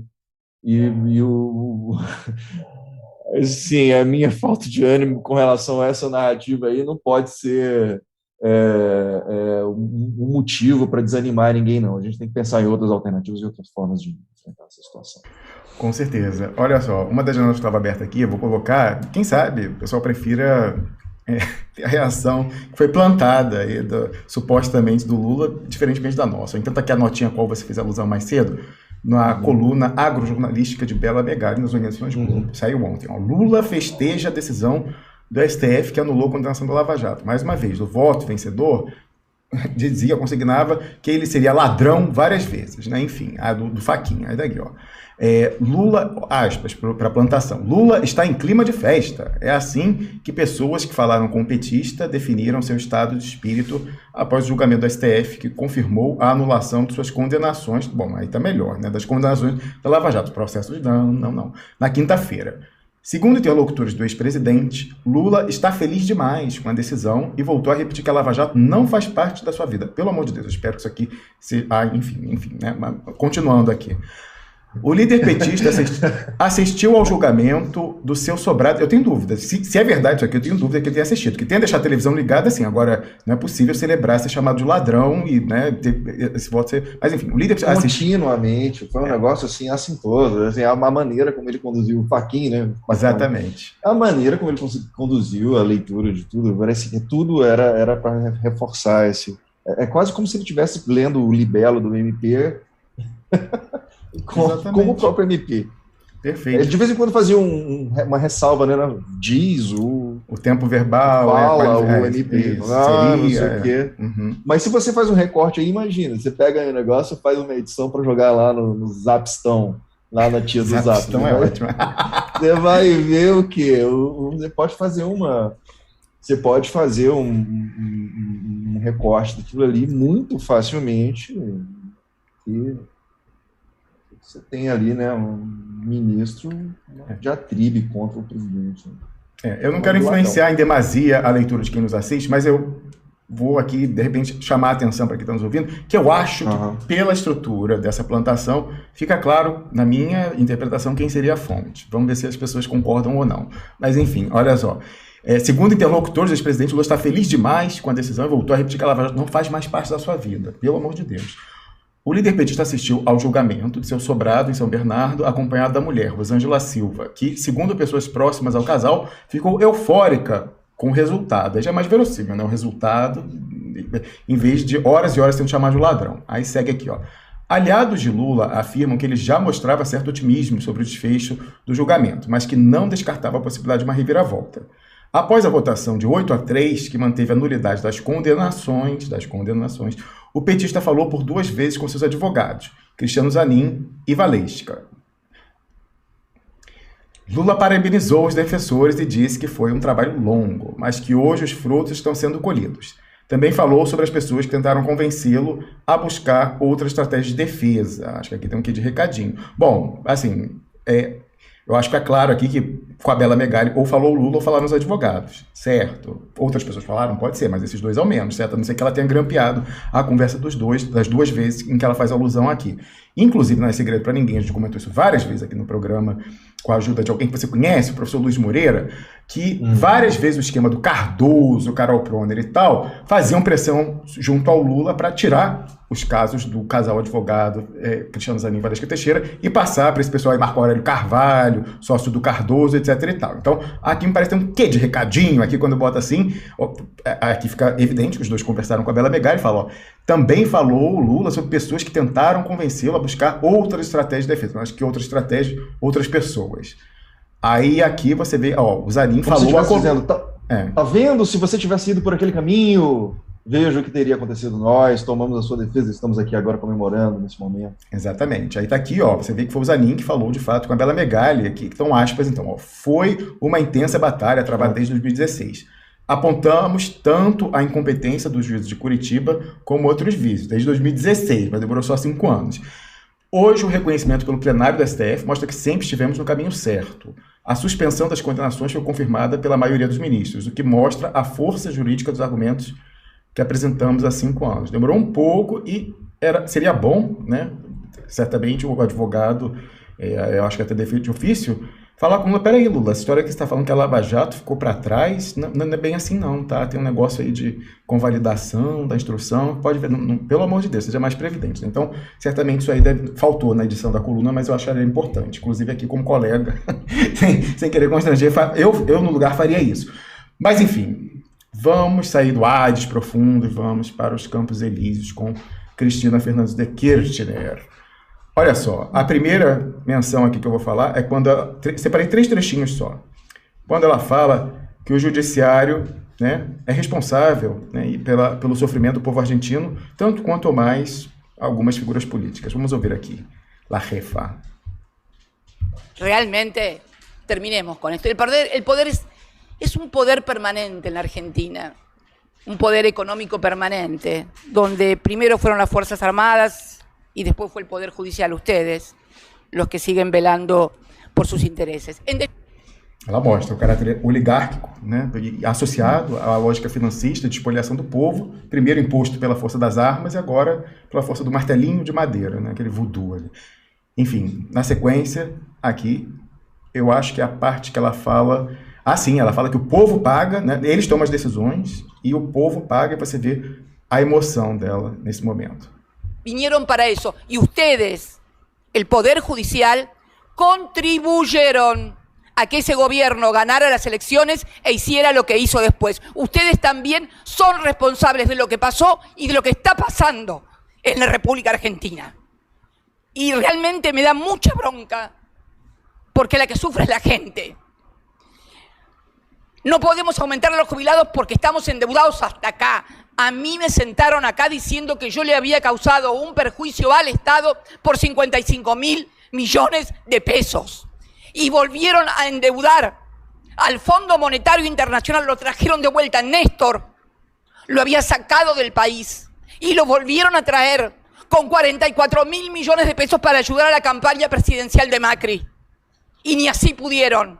Hoy los argentinos debemos 44.000 millones de dólares más y ustedes también son responsables. No miren para otro lado, porque ustedes causan también, junto a los medios de comunicación, climas en la República Argentina que finalmente impactan en los agentes económicos y en la economía. Y así estamos. E não é a primeira vez que nos passa.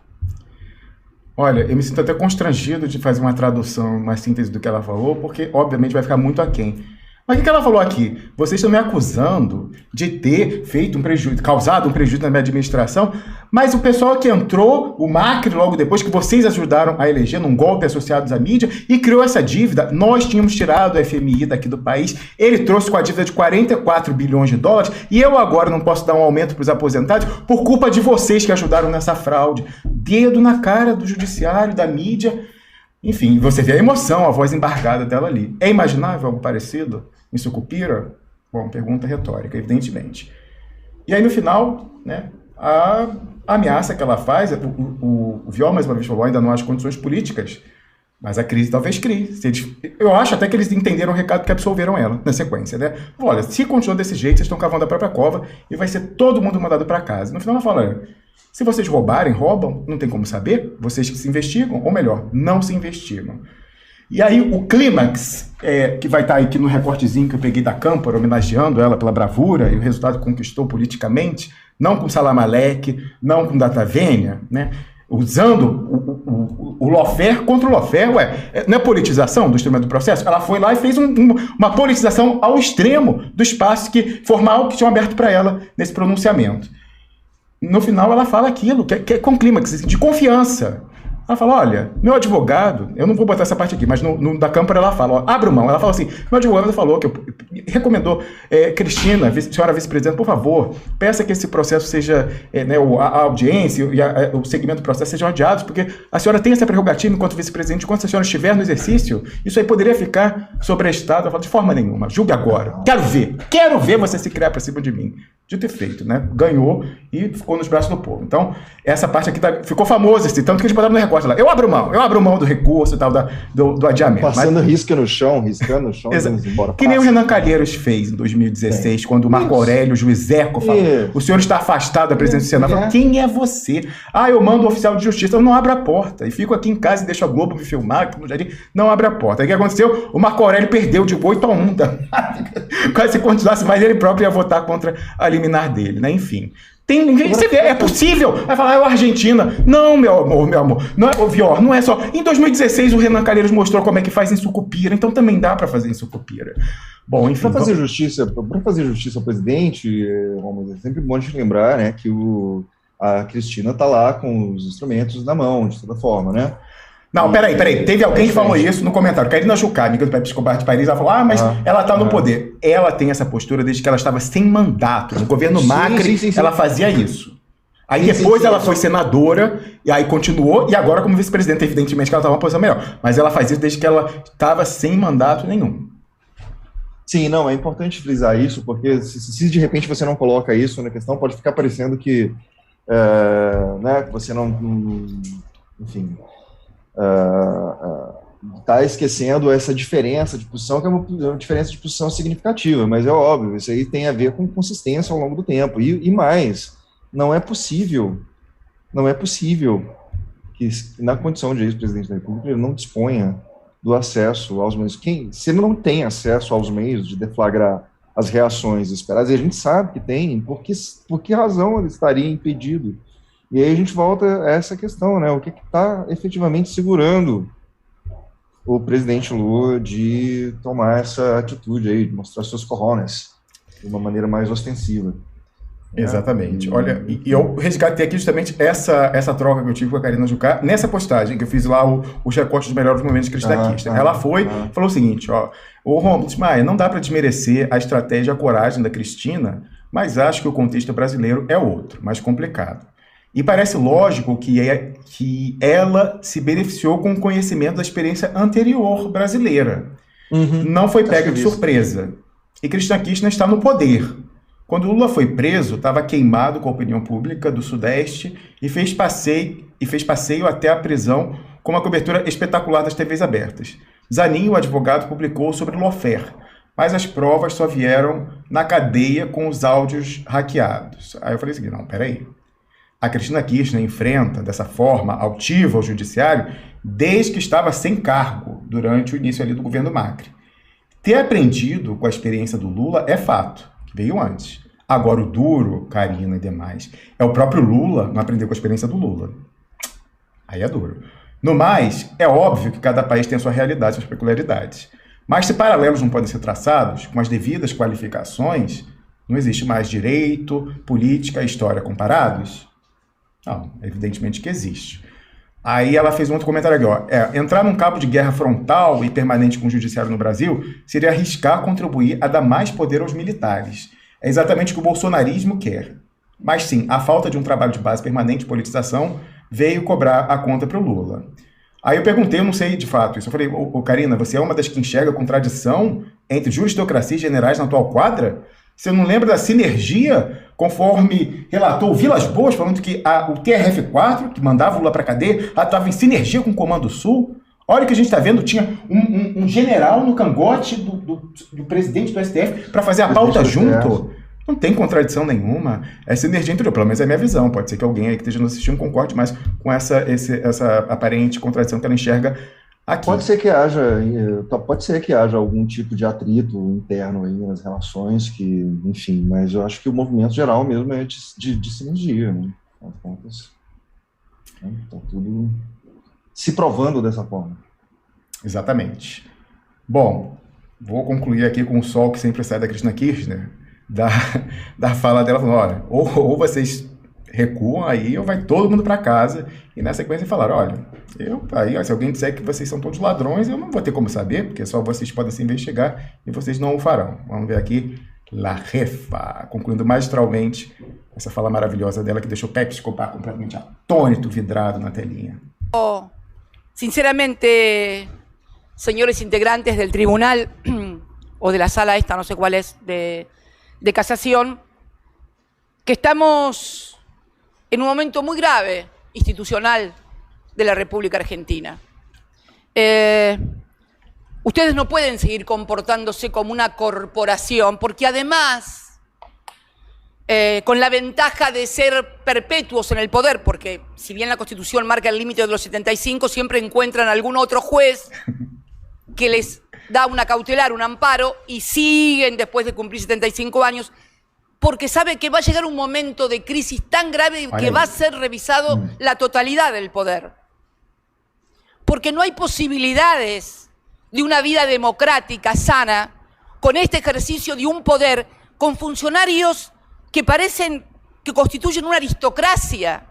Nosotros, los políticos, las políticas, cada 2 años vamos a elecciones.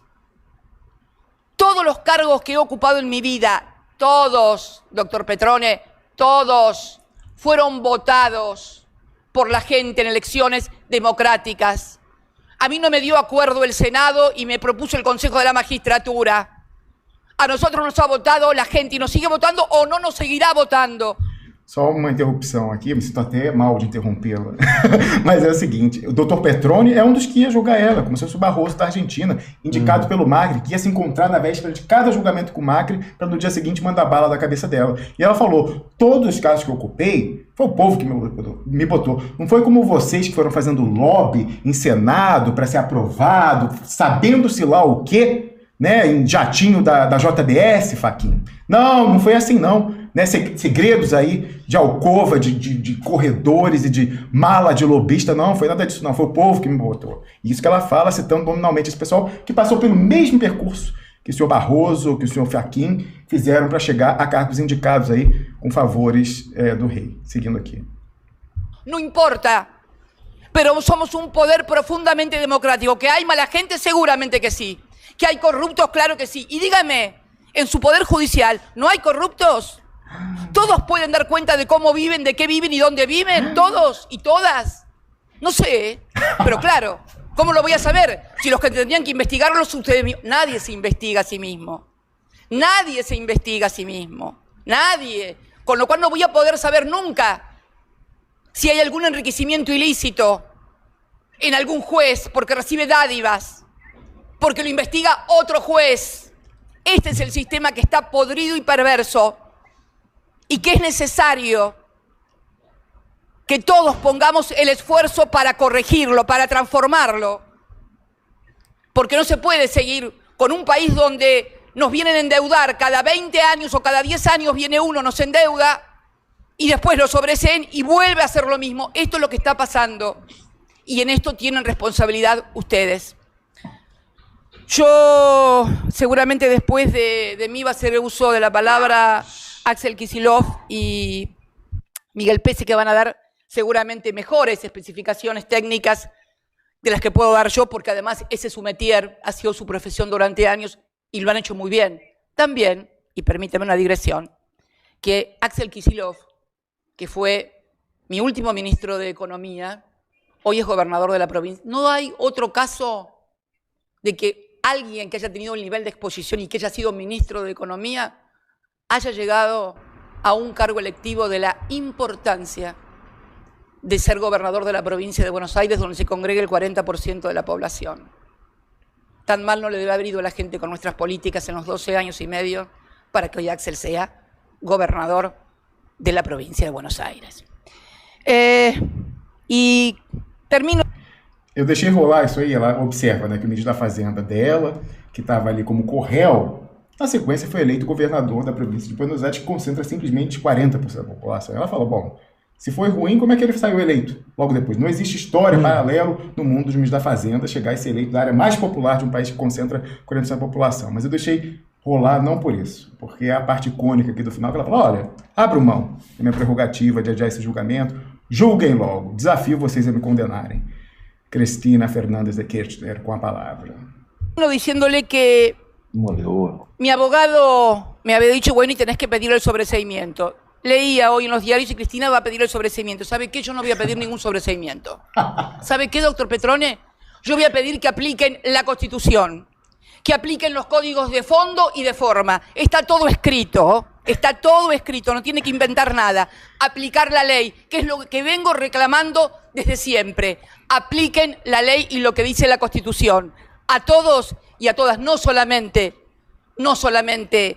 en un ejercicio donde se articulan con los medios de comunicación para decir lo que no es o para tener pruebas que no existen en ninguna parte del expediente. Por eso quiero agradecerle finalmente, me hubiera gustado hacer esto personalmente, lo reitero.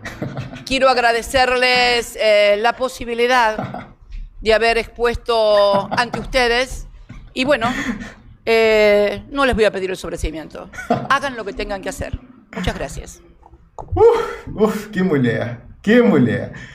Ai, merece aqui, eu vou para terminar em júbilo aqui, olha. No dia seguinte, La Câmpora, que é a tendência do peronismo, botou aqui, ó.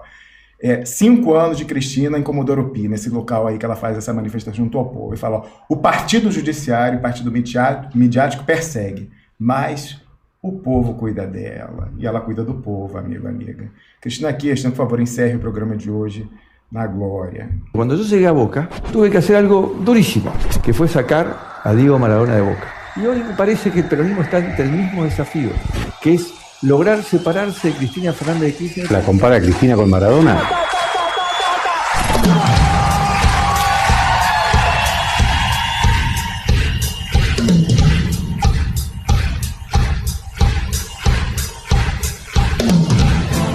Qué lindo está el día, ¿no? A mí no me van a extorsionar, a mí no me van a intimidar.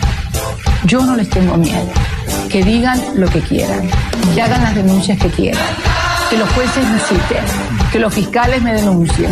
No me interesa, pero no me van a hacer mover un centímetro de lo que siempre he pensado. La patria es el otro, que el amor vence el odio.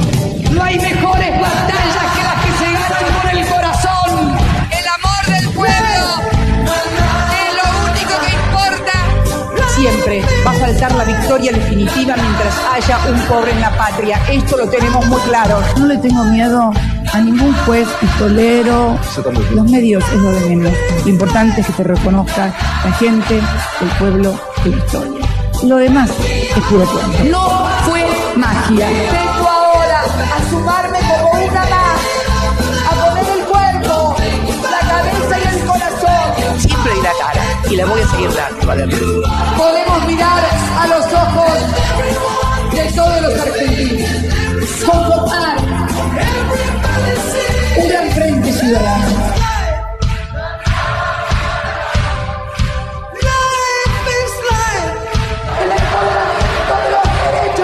No se gobierna el país con chamullo y globito. Vayan a buscar otro laburo. Aquí no se acaba nada. Hoy aquí empieza todo. La única bandera que hay es esa, la de la Argentina. Yo voy a seguir diciendo lo que pienso y lo que creo siempre. Voy a hacer todo lo que esté a mi alcance para que el 10 de diciembre del 2019 otro argentino esté en la Casa Rosada para conducir los destinos del pueblo. Yegua, puta o montonera. ¿Sabe qué? Yo no voy a pedir ningún sobreseimiento. No me van a hacer arrepentir. Si creen que con los bonaríos, con los desafueros, me voy a arrepentir, no me arrepiento de nada de lo que hice. No me interesa. He elegido la historia antes que yo me prenda suelta. ¿Preguntas? Preguntas tienen que contestar ustedes. Siempre sale el sol. Como el sol siempre aparece. El sol siempre sale. Chao. Voy a ser ciclista hasta los huevos. Voy a ser cristinista, nem sabia que tinha essa tendência, mas já me identifiquei. Hasta los huevos! Termina o sujeito aí no final. Bom, e eu termino a transmissão de hoje, que nem eu terminei ali aquele meu desabafo. Cristina. Sim, é possível. A gente acabou de ver. Bom fim de semana, caro expressional, e até a nossa próxima transmissão.